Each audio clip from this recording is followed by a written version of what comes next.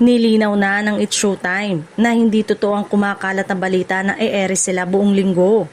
Kasunod ito ng usap-usapan online matapos ang anunsyo na ililipat ang oras ng ASAP mula 12 noon patungong 5:30 PM simula May 17 na nagdulot ng kalituhan sa ilang netizen.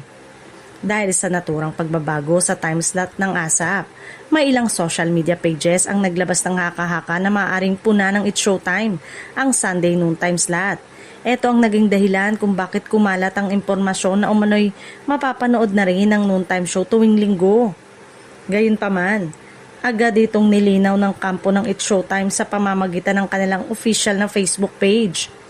Sa kanilang updated profile picture, nilinaw na nakasaad ang schedule, Monday to Saturday, 12 noon, at may dagdag pang mensahe, Sundays, pahinga muna kami.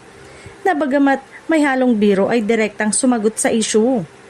Ibig sabihin, mananatili pa rin sa kasalukuyang schedule ang programa at walang pagbabagong pagdating sa kanilang airing days. Hindi pa rin ito mapapanood tuwing linggo, taliwas sa kumakalat na ulat sa social media. Dahil dito, muling pinaalalahanan ng publiko na maging mapanuri sa mga impormasyong nababasa online.